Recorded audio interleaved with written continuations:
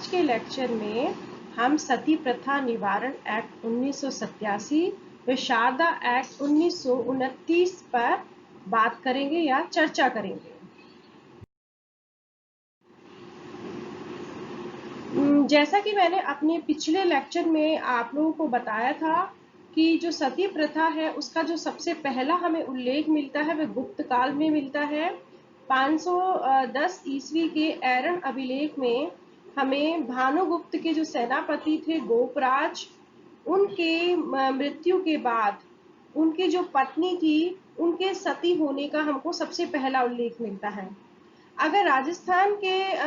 परिप्रेक्ष्य में देखें तो राजस्थान में जो पहला जो इसका उल्लेख मिलता है वो हमें घटियाला अभिलेख में मिलता है 810 ईस्वी के। उससे ज्ञात होता है कि जो राजपूत सामंत थे राणुक, उनकी जो पत्नी थी संपल देवी, वो उनकी मृत्यु के बाद सती हो गई थी।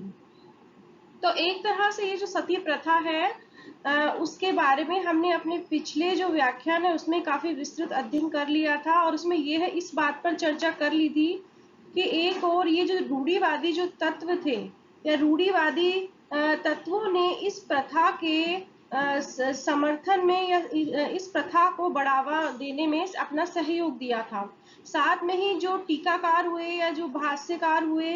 या शास्त्रकार हुए, उन्होंने भी इस प्रथा का एक तरह से समर्थन किया। अब प्रश्न ये उठता है कि ऐसी क्या आवश्यकता महसूस हुई, यद्यपि समय समय पर सती प्रथा का विरोध लगातार किया जाता रहा और राजा राममोहन रॉय ने इस संदर्भ में सबसे पहले प्रयास किए और विलियम बेंटिंग के प्रयासों से सती प्रथा के विरोध में कानून भी बन गया था। लेकिन उसके पश्चात भी सती प्रथा की जो घटनाएं हैं वो समाज में निरंतर बनी रही। जैसे कि अगर हम बात करें 20वीं शताब्दी के उत्तरार्ध में एक घटना घटित हुई राजस्थान में, और वो थी कि 12 सितंबर 1987 को राजस्थान का जो सीकर जिला है उसके दिवराला गांव में पति की मृत्यु के बाद रूप कंवर नाम की जो महिला है वो सती हो गई थी। तो इस प्रकार की जो घटनाएं समाज में पुनः घटित ना हो या उनकी पुनरावृत्ति ना हो, अतः राजस्थान सरकार के द्वारा 1987 में सती प्रथा निवारण एक्ट लाया गया, जिसको कि भारत सरकार के द्वारा 1988 में लागू कर दिया गया, जिसके तहत जो सती है उसके महिमा मंडन करने को अपराध घोषित कर दिया गया। तो अब हम बात कर लेते हैं,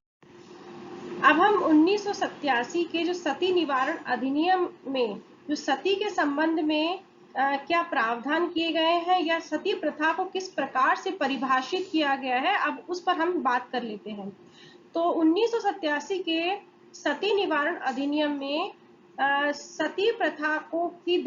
सती के संदर्भ में दो परिभाषाएं दी गई हैं। पहली जो परिभाषा दी गई है उसके तहत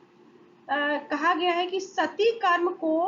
गौरवान्वयन के अंतर्गत सती कर्म के संबंध में कोई भी अनुष्ठान करने या जुलूस निकालने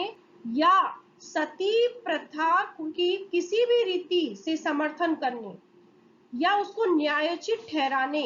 या प्रचार करने या फिर उस स्त्री का जिसने सती कर्म किया है उसका गुणगान करने के लिए समारोह का आयोजन करने या उस स्त्री के जिसने सती कर्म किया है सम्मान को कायम रखने या स्मृति को बनाए रखने की दृष्टि से किसी न्यास का सृजन करने या कोई मंदिर बनाने या उसकी संरचना को निर्मित करने या शामिल किया गया है तो उस पर प्रतिबंध लगाया जाएगा। साथ में जो दूसरी जो परिभाषा दी गई है उसके तहत जो शब्द का प्रयोग किया गया है वो है सती कर्म से अभिप्रेत के अंतर्गत यदि किसी विधवा स्त्री का उसके मृत पति या किसी अन्य के शरीर के साथ या पति या ऐसे नातेदार से संबंधित किसी वस्तु पदार्थ या चीज के साथ जीवित दहन करने पर या गाड़ देने के कार्य को या फिर किसी स्त्री का उसके किसी भी रिश्तेदार के शरीर के साथ जीवित दहन या गाड़ देने के कार्य, भले ही यह दावा किया जाए कि ऐसा दहन करना या गाड़ देना विधवा स्त्री है, उसने स्वयं इच्छा व्यक्त करके किया है, को करने पर प्रतिबंध लगाया गया। अब हम बात कर लेते हैं सती निवारण कानून की। तो सती निवारण जो अधिनियम है, उसकी जो धारा 3 है, उसमें सती कर्म करने का प्रयत्न करने या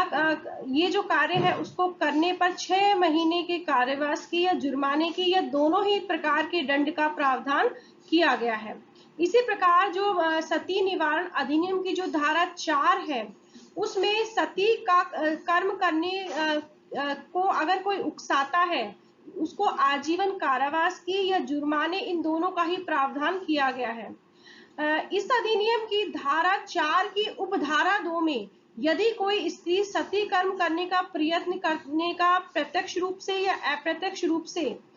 दुष्प्रेरण करेगा तो उसको आजीवन कारावास का दंड दिया जाएगा या जुर्माना देना होगा। साथ में ही इस अधिनियम की धारा 5 में जो कोई भी सती कर्म को का गुणगान करेगा, उसके लिए कोई कार्य करेगा, तो वो जो कारावास की जो अवधि है वो कम से कम 1 वर्ष की भी हो सकती है और ज्यादा से ज्यादा 7 वर्ष की हो सकती है। साथ में ही जुर्माना है वो 5,000 रुपए रखा गया है। अब हम बात करते हैं बाल विवाह के संदर्भ में कौन सा कानून बना है। तो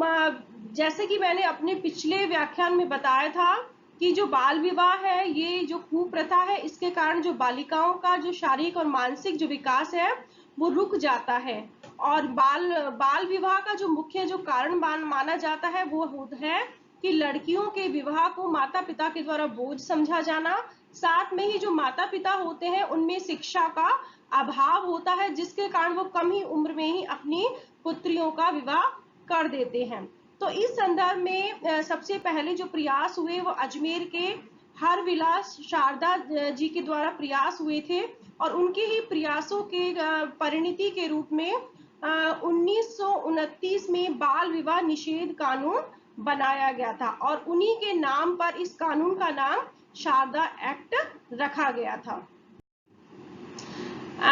ये जो कानून है इसको 28 सितंबर 1929 को बाल विवाह प्रतिबंध अधिनियम पारित हुआ, जिसमें लड़कियों की जो विवाह की उम्र है 14 वर्ष और लड़कों की उम्र 18 वर्ष तय की गई, जिसे बार बार बढ़ाकर और अंत में लड़कियों के लिए 18 वर्ष और लड़कों के लिए 21 वर्ष विवाह की आयु को तय किया गया। ये जो कानून है, यद्यपि ये 28 सितंबर 1929 को बन गया था, लेकिन इसको 6 महीने के बाद 1 अप्रैल 1930 में संपूर्ण भारत में लागू किया गया। यद्यपि इस कानून के पश्चात भी बाल विवाह निरंतर जारी रहे और इस संदर्भ में 1955 में कानून आया हिंदू विवाह अधिनियम और उसके पश्चात 2006 में भी इस संदर्भ में कानून में संशोधन किया गया और जिसके तहत अब विवाह का अनुष्ठान करने वाला, अनुष्ठान करवाने वाला और उस विवाह में शामिल होने वाले को भी 2 वर्ष की कारावास की और 1 लाख रुपए तक के जुर्माने का प्रावधान किया गया।